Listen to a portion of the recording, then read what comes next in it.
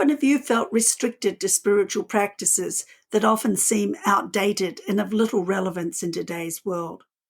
Are you discouraged to express your own creative talents and develop spiritual practices that are uniquely you? The Liturgical Rebels podcast is for people like you who want to reimagine and reconstruct their faith and spiritual practices. It's for those who want to reshape belief and journey closer to God's wholeness with peace, justice, and flourishing, not just for themselves, but for the earth and all its inhabitants.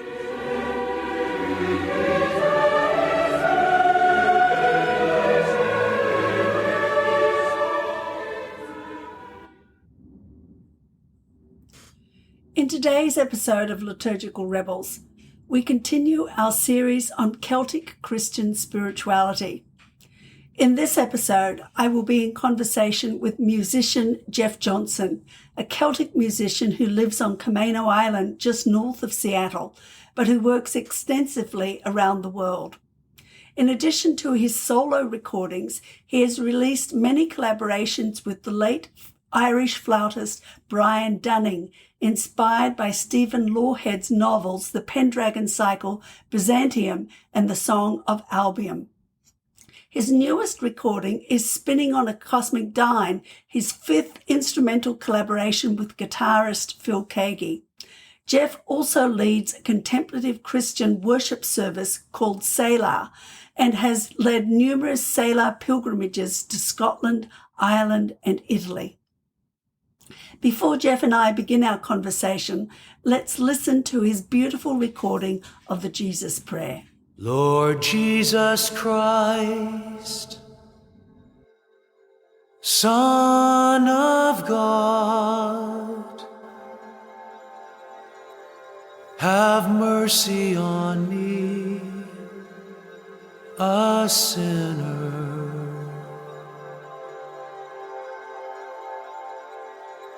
Lord Jesus Christ, Son of God, have mercy on me, a sinner.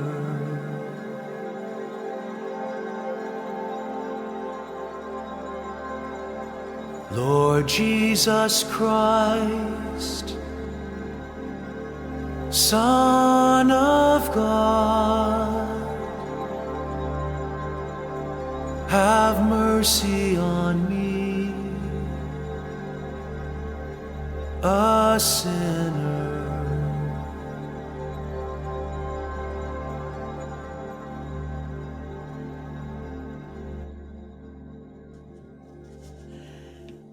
Jeff, it's an absolute delight to chat with you about your music, which has really inspired me over the years. I was just thinking as I was getting ready for this, how many of your recordings I have and how far back they go. I think the first one I got was one of your Christmas recordings. And I have just loved, and as you probably know, recommended to others your music over the years and the beautiful kind of Celtic influence that you bring to it. So let's start by talking a bit about your music and your history and where that Celtic influence came from. Right. So I started writing music as a fairly young person. Music's always been a means of kind of working out things that are going on in life. And so I was encouraged to do that by my parents, and I had some wonderful teachers and instructors early on, and I had some great opportunities. I was involved in a very large Baptist church in Portland that afforded me lots of opportunities, wonderful youth program, et cetera, et cetera. So, and then I, the one thing I can say about myself, which is probably true of most of us when we're young, is I was a very presumptuous person. And believe me, Christine, you have to be presumptuous to think that you might be able to make a living doing music. And so I was so presumptuous that I initially was very involved in writing jingles and soundtrack work at a major studio in Portland. I kind of cut my chops there both musically and studio wise. And then I started a record company called ArkMusic, a record company. But I started releasing my own recordings on that in 1977. And oh, wow. yeah. And then throughout the early 80s, I released music. I would probably call that kind of rock elements with some jazz and whatnot. And and my label got picked up by Sparrow Records for a number of years. And in the midst of all that, I came upon a book that was called The Tale of Three Trees. That was written by Angela L. Hunt. Well, it was written, the story was something in existence, but then she based it on that. And it was beautifully illustrated. And my daughter at that time was about 2 years old. And so I contacted the publisher, which was Line Publishing, and they were in the UK. And that led me to, I did that, and it was released on Sparrow. But in the course of that, the publisher came back to me and said, we have a writer named Stephen Lawhead, and he has a new book coming out, a new series coming out, and we're wondering if you'd like to do kind of some sort of musical treatment for that. And so, wow. So I happened to be going over to England for a sales conference with Sparrow and the distributors over there. So I contacted Steve and Alice, and it's funny because back then, they didn't know me from Adam, and Alice was very protective about Steve's, just anybody approaching Steve, because because he's a fantasy writer, let's just say he had some interesting people that would approach him from time to time. And so we met in a park in Oxford, and I knew I passed the test because they said, hey, well, how would you like to come for dinner? So anyway, we ended up having dinner. I know this is a long story to your questions, Christine, but it's how the whole thing got set up. Is we met for dinner and we just hit it off immediately. And they said, well, how would you approach this musically? And I said, well, I just started working with this wonderful Irish flute player who's based in Portland, Brian Dunning. And at that time, Brian was in a band called Night Noise, which was on the Windham Hill label. And they went, Brian Dunning? Oh my gosh, Night Noise is one of our favorite bands. Oh, wow. So the whole thing was set in stone. So that introduced me. I mean, I think my relationship with Brian, and then also meeting Steve and kind of starting to, I was aware of kind of Christian Celtic things, references, etc. And I might have even gone up to Scotland by that time. I don't think so, though. I think I started going more after that. But another friend of mine did a fair bit of traveling, and we went to Ireland. Of course, we started going to Ireland because Brian was there. Brian's family was there. And one thing just kind of led to another. And that's how I got introduced to it. That's how I started reading into it, pretty much grabbing whatever I could, because it was really intriguing to me. I loved the whole way that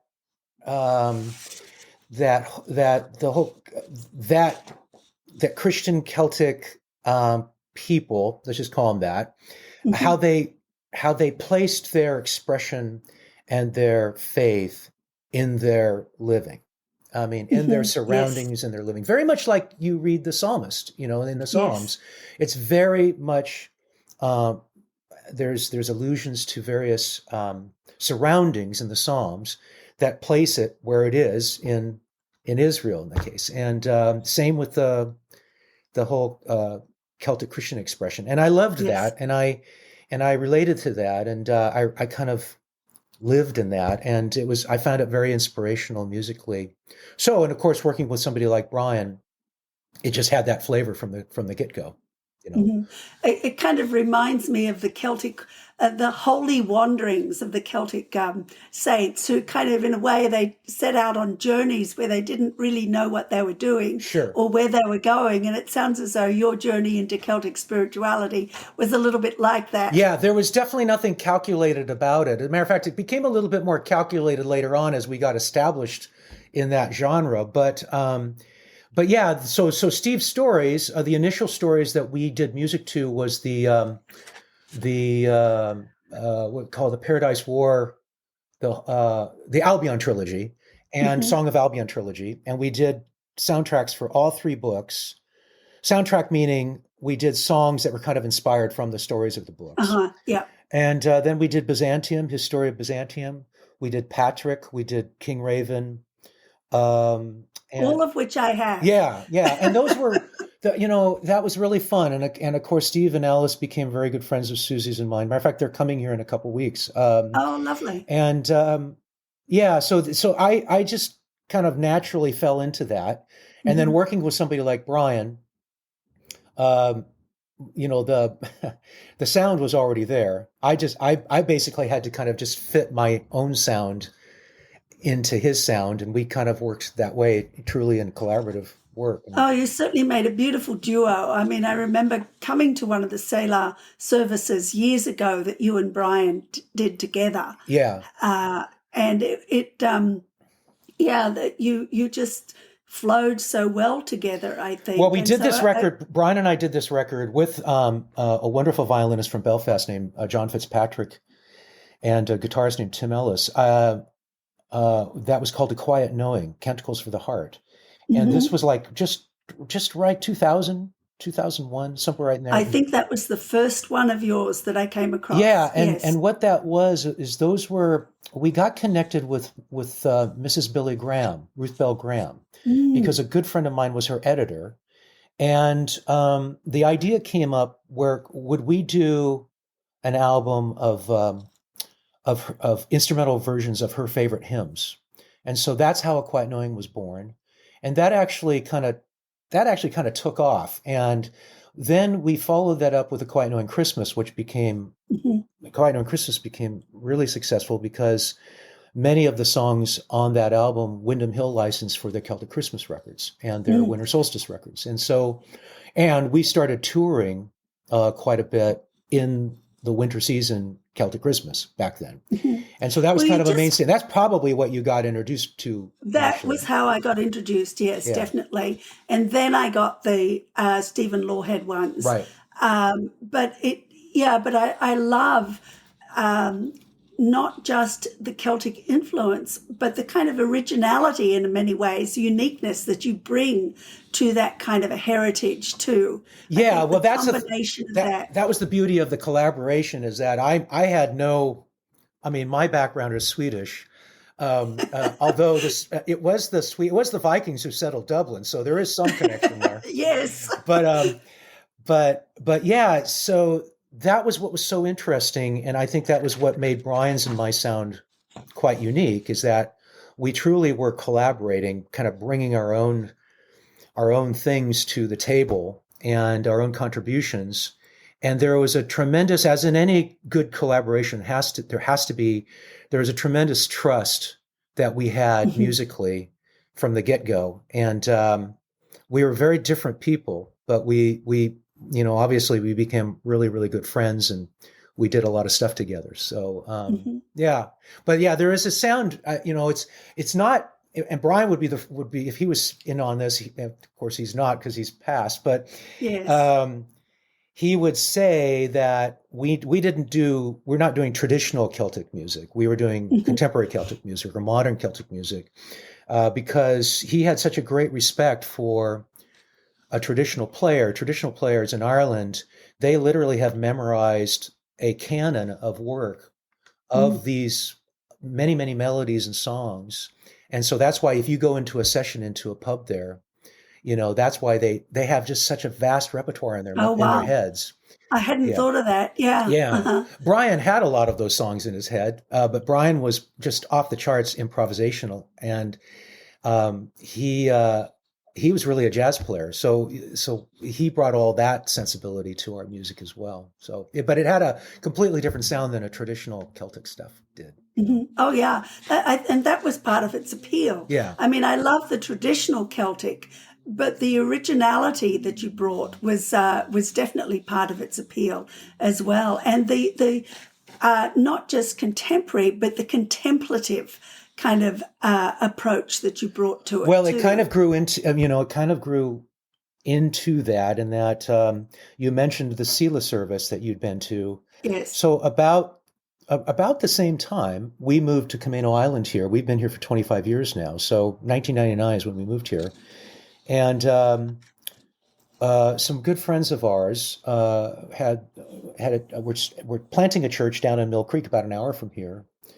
And we had traveled and done a lot of things together. They were both artists.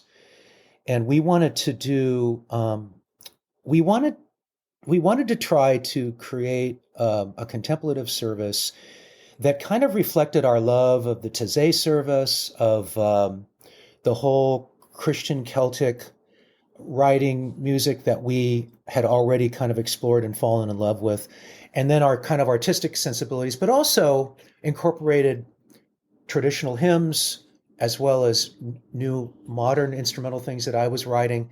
And so that's how Selah was really born. And we started doing that at this church called Faith Fellowship, which was a small American Baptist church down in Mill Creek.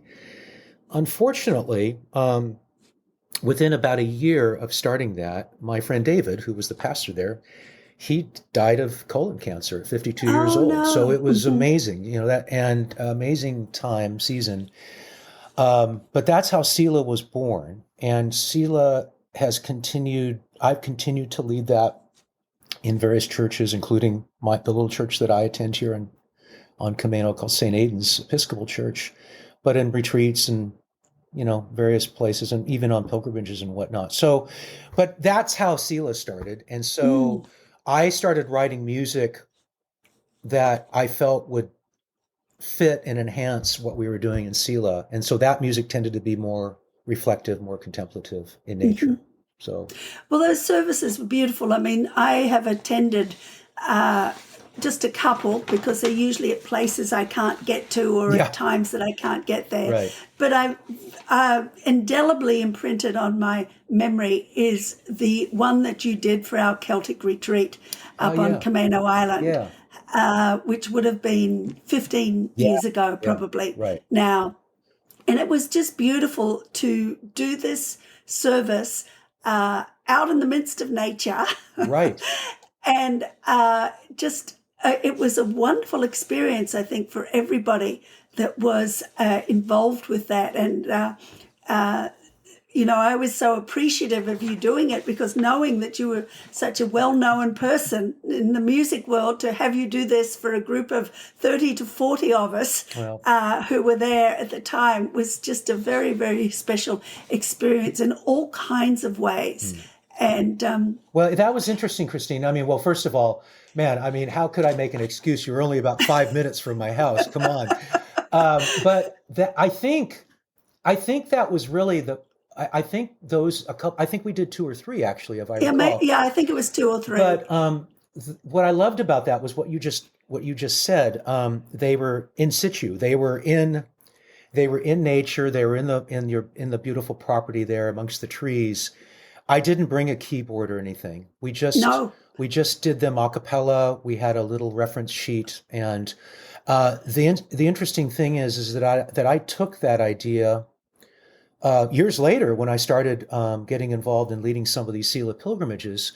I didn't travel with a keyboard, so I would, when we were in places like Iona or places in Assisi or whatever, I mean, all these different places that we went to, we would often find a place that was special, and I would say, look, why don't we just stop and we'll just spend some time singing, praying, worshiping the Lord in this beautiful place. I think the idea came from that experience, first of all, with you, and that really can be a very powerful experience when you're in a place where it's not a building, it's it's nature, And and to again, going back to what I said earlier about the whole Celtic Christian, how it's kind of set in place. Well, it just lends itself to being in those places, you know. Oh, yes, and so it does. to do one of the prayers of you know, Columbo or Patrick, and then to do a short chorus, you know, based on Patrick's breastplate, or Be Thou My Vision, the hymn, the beautiful hymn. It's wonderful, isn't it? And then just to be silent together, to be silent and Yes. pray together, you know.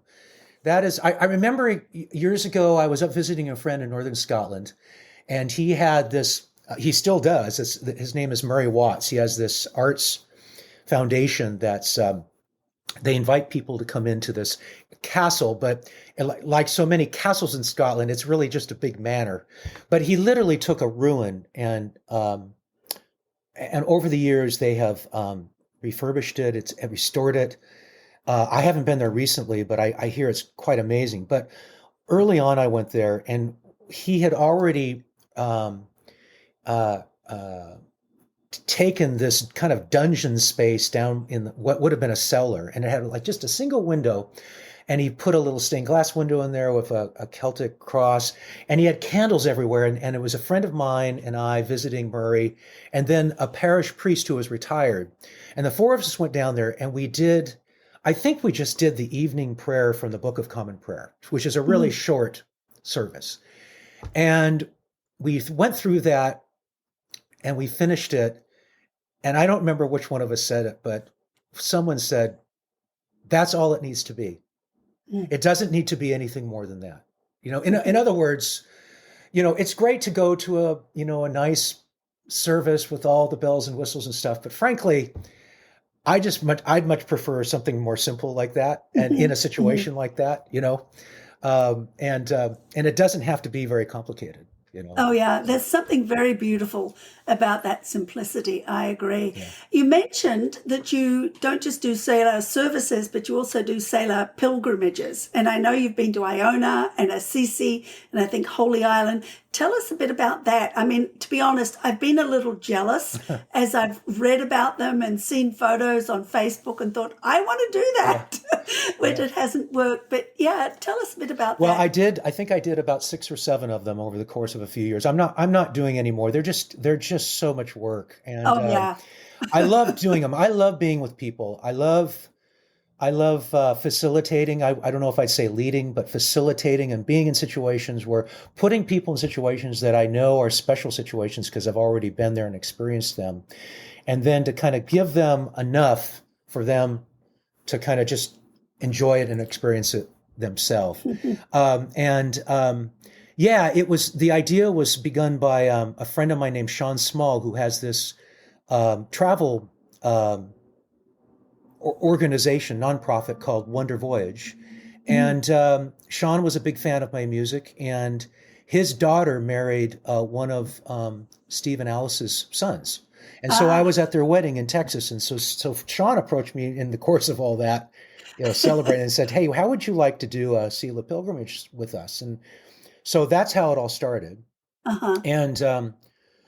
And you know, you've led stuff. You've led groups and stuff. There's a lot of preparation involved. Oh, it's huge. Not to mention the travel stuff, which Sean took care of. They took care of all that. But you still have to be involved in that because you want it to kind of reflect the experiences and the places that you've been to. We would these groups. I think the biggest group we ever took was about 24, and the smallest might have been about 15. And we would stay in places. My big thing is to stay in one place for a period of time, as opposed to boom, boom, boom, boom, boom. Yes. Always be on the go every night. So we would stay outside of Lindisfarne, across the way in Bamberg, and then go over there. We stayed on Iona for 3 nights. We stayed in Edinburgh to start off with, and Edinburgh to end with. And what that afforded us is just a sense of to kind of put some roots down for a few days. And then the weather, which obviously is quite variable in Scotland, it didn't matter, because we knew we were going to get something good. And we would, so we would have, like I said before, we would have these moments of worship together. Then we'd bring certain guides in who were more knowledgeable about aspects of the places we were in, and they would do a presentation. And then we would just give people lots of free time to just roam and and just take it all in. And so we did those to Scotland. We did them to Ireland. And then we did two in the footsteps of Francis of Assisi, which was really cool too, and a completely different kind of deal because it was in a place where English was not spoken. And so, we were dealing with that, but it was wonderful. So I was really grateful. That was kind of a season of life that I was doing those. I still am traveling quite a bit, but leading a group of people is just not in the cards for me anymore. I don't think, so. I can understand that. In what ways did it enrich your personal faith, though, would you feel? Well, first and foremost was meeting new people and hearing their stories. I mean, first and foremost, if you spend 10 days with people, you better, first of all, you better like people, right? And I'll tell you, while the times of worship and I would ultimately towards the end of the time, I would do a proper Selah service. We would rent a keyboard and we would find a neat church or chapel, and I would do a proper Selah service just to and we would share in communion together. So it just kind of wrap it up. So there would be that. Beautiful. But where the work really got done, quote unquote, was around the table every evening, all the meals. I would try to sit with different people each meal and just get their story. And everybody has an amazing story. And so I think that was the favorite part for me, is just being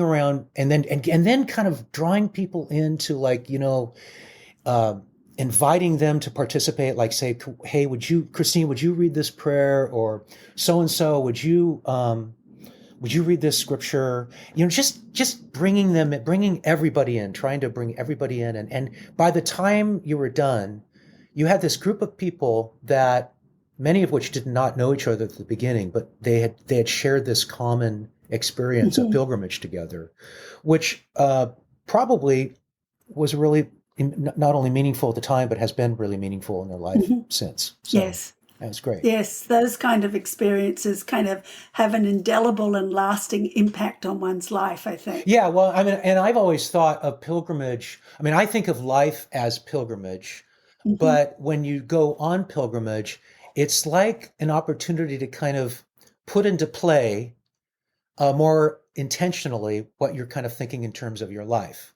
But you're just going to concentrate. You're not going to go as a tourist. And that's the trickiest part of these trips, is we had a number of people who had never actually traveled internationally. Oh. And of course, when you first travel internationally, you make your first trip, you want to see everything.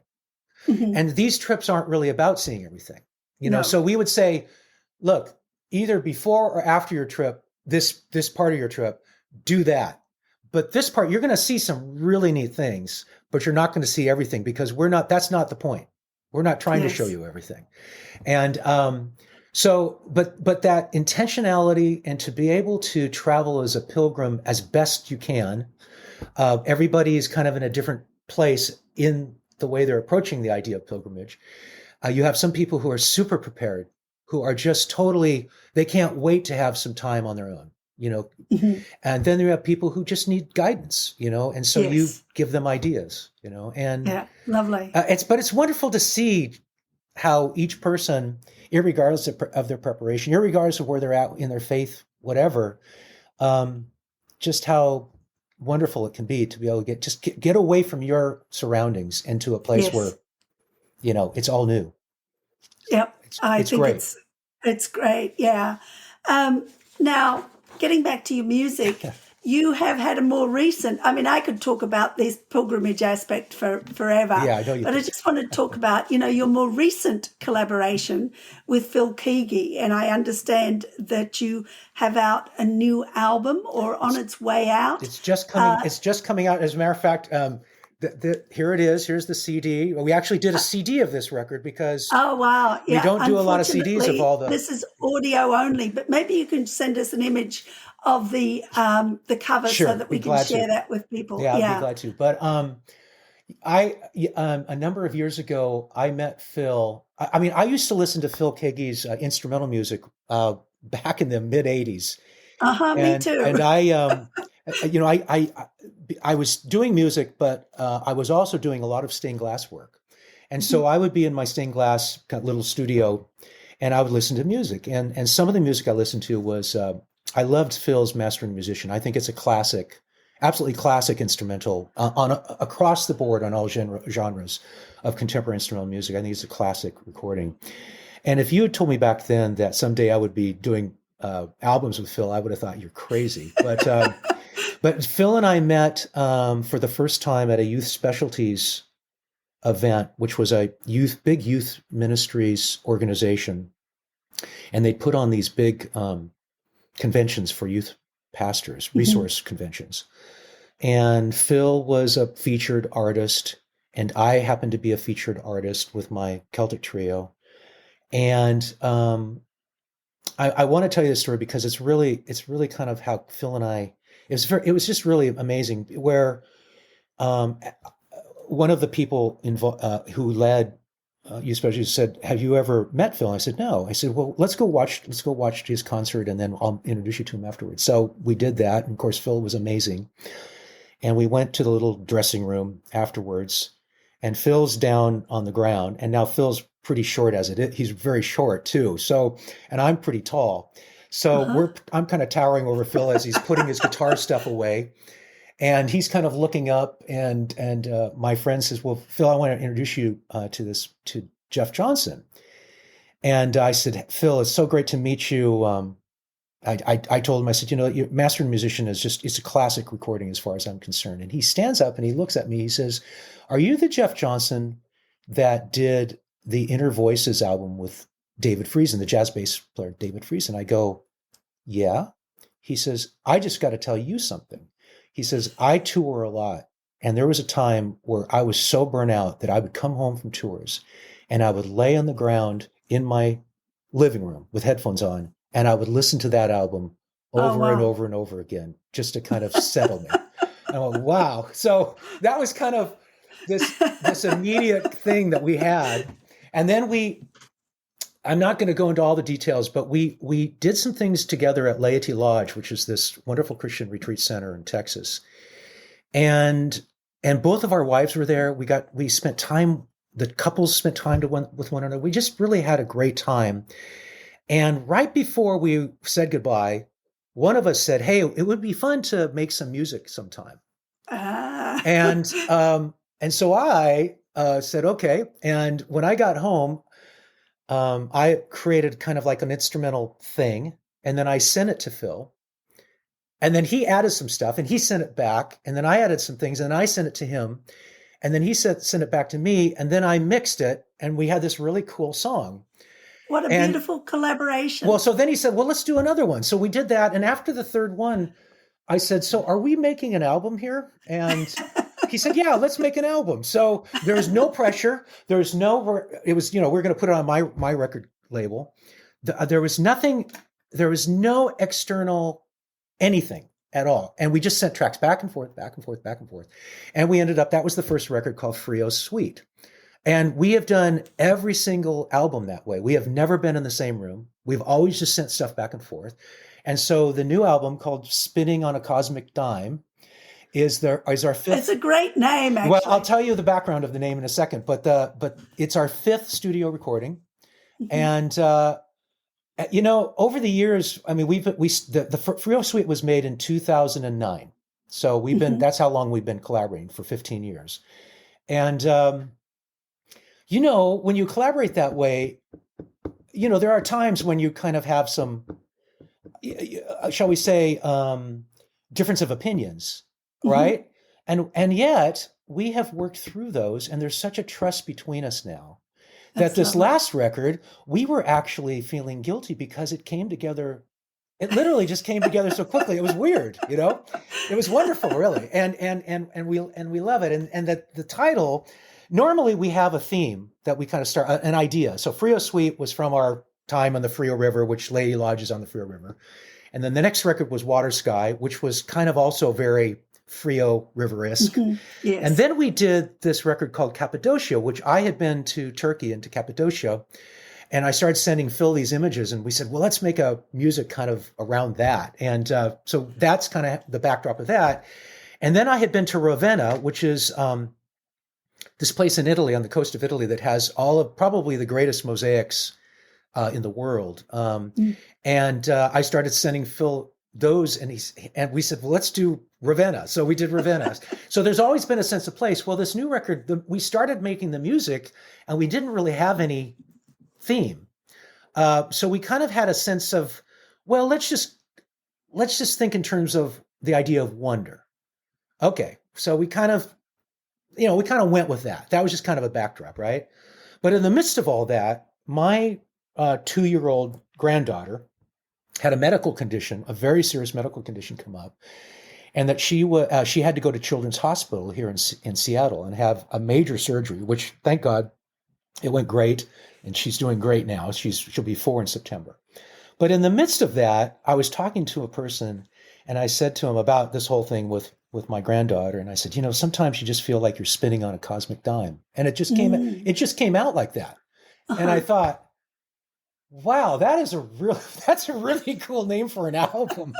I mean, so, that's just kind of the way you think. You're always thinking of names, right? So that's the backdrop of the name of the album, and then with this kind of overlay, or maybe I should say underpinnings of wonder. Like there's one song called "Asking for Wonder," which is a complete ripoff from Joshua Heschel's book, which I love. His book is if you haven't read that, for those listeners, he was a rabbi, a Jewish thinker, amazing writer, and I love his book. Just incredible stuff, and have been very influential for me. So, but he's the guy you want to read about wonder. Oh yeah, well. I 5 years ago now, I wrote a book called Yes, Wonder. Of course, yes. How could I forget? Yeah, no, of course. And now you said Joshua Heschel. You mean Abraham? Sorry, Abraham Joshua Heschel. Yeah, I'm sorry. Yeah, that's right. It's a 3. Yeah. No, and he was one of my best references. Yeah. He is amazing, and just And I didn't know it was about that. That excites me more than anything to get hold of it. Yeah. So because it's just this, I think one of the things I've written about is, have we lost the world of wonder? Have we lost the ability to wonder, to glory in the beauty and the wonder of the world that God has created? And so it delights me when I hear people, writing music about it, writing about it, singing about it, doing art, because I think we do need to reconnect to the God of wonder in a way that we've kind of let go of. Yeah, no, of course. I mean, of course, you're absolutely right, Christine. The thing that I've noted though lately is that wonder has become kind of a bit of a catchword. I mean, it's been used a lot lately. And that's fine. I mean, of course, that's what happens today, particularly with an internet culture. Yes. An idea suddenly is everywhere. But as you and I both know, the real thing that you're talking about right there, and the thing that I often experienced in leading these pilgrimages and being in these places was the thing that was really totally unplanned and uncalculated. Yes. It came really, it almost shocked and surprised you at times. And that idea of, and then truly wondering, being full of wonder in that. Yes. That's really, I think, what Heschel talks about. Yes. And how real faith really thrives on, well, that's what faith is. Faith is, yes, being open to not just improvisation, but the things that just kind of come out of the blue, Yes. And that's what makes life often so special, is when those things happen. And those things may not all be good things. There's some of those things, like my granddaughter's situation, that was a really hard thing. But again, there were things that came out of that were really good things, Yes. But anyway. Oh, no, I can imagine. Yeah. Well, I will certainly look forward to listening to that new recording. It's exciting. Jeff, before we finish, is there anything else that you'd like to share with our listeners? Well, tell me what your listeners would like for me to share.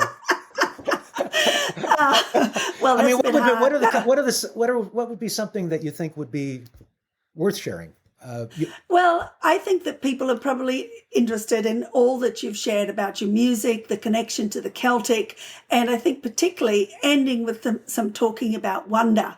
There's probably nothing else that my listeners would probably say, well, I think we've got it, which is how I feel. But I just wanted to make sure that you had a chance to share everything that you felt you'd like to share. Well, I mean, I can share something fairly personal at this point, in that I'm approaching a point in my life. I just turned 68, and every album that I do now, I still think in terms of albums, even though we kind of live in a single a single culture. But I always kind of think, well, maybe this is my last one. Mm-hmm. Not because I have this this sense of death.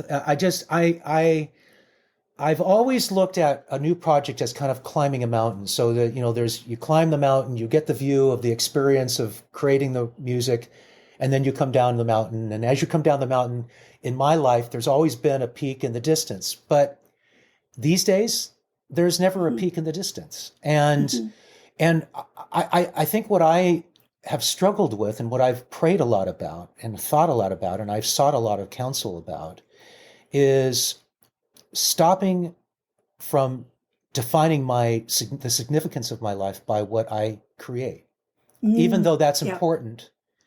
Like I said, when I first started writing songs, those songs were partly or actually more than partly, often about just dealing with things that were in my life. I was expressing those, and it helped me get that out and kind of see it. But there comes a point where you kind of get so efficient at writing music, and kind of you start becoming more project oriented, at least for me. And you also start kind of you realize you're defining yourself by what you've recorded, by what you've released. Mm-hmm. That's not good. And I've seen that in myself. And so I'm working through that right now. Wow. And I'm really proud of this new record, but I'm proud of it in a way that it was such a wonderful experience. If it is the last record, it'd be a great way to finish. But I'm not saying that. I'm just saying that I'm willing for it to be that way. But if it is that, I'm not really sure what I'm supposed to be. I mean, I know I'm supposed to be a good grandpa. I know I'm supposed to be a good husband. And I'm believe me, Christine, and I'm really grateful to be those things. And I want to be a good friend. I want to be a good follower of Jesus. But you know how it is. We tend to we tend to kind of define ourselves by what we do. And I'm trying to get away from that somehow, So I don't know if that's really what you were looking for, but that's what I'm dealing with. That's a great note to end on, because I think it is important. It's important for all of us to be able to, sit in the presence of who we are rather than what we achieve. Yeah. Well, and you know what? That brings us back to wonder too. I mean, really, not to be flippant or weird about it, but really, to be able to sit in a place, wonder involves the first thing that wonder involves is humility, humility of spirit, humility of place in the world. And if you are in that place, the opportunity to just see things as they really are, in other words, experience wonder, that is a great place to be. I mean, that is a fantastic place to be. And so that's what I'm going for. Right That's now. great. I love it.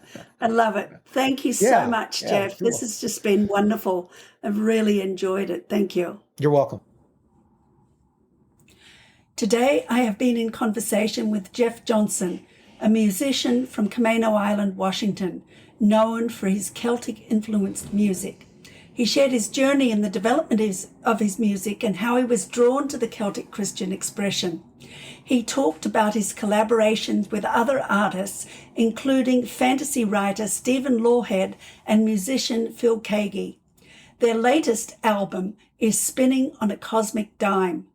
Jeff also reflected on the importance of wonder and the need to define oneself beyond creative achievements. In the next episode, I will be in conversation with John Philip Newell, a Celtic teacher and author of spirituality who calls the modern world to reawaken to the sacredness of earth and every human being. Canadian by birth and a citizen also of Scotland, he resides with his family in Scotland and works on both sides of the Atlantic. Newell speaks of himself as a wandering teacher, following the ancient path of many lone teachers before him in the Celtic tradition, seeking the well-being of the world. He has been described as having the heart of a Celtic bard and the mind of a Celtic scholar, combining in his teachings the poetic and the intellectual, the head as well as the heart, and spiritual awareness as well as political and ecological concerns. This will be a fascinating interview. I am Christine Syne, author of the upcoming Celtic Advent Following an Unfamiliar Path, as well as of The Gift of Wonder, and facilitator of the God Space Light website. If you enjoyed this episode, don't forget to hit like and subscribe to the podcast. Please also share it with your friends or join me on Substack, Instagram, or Facebook.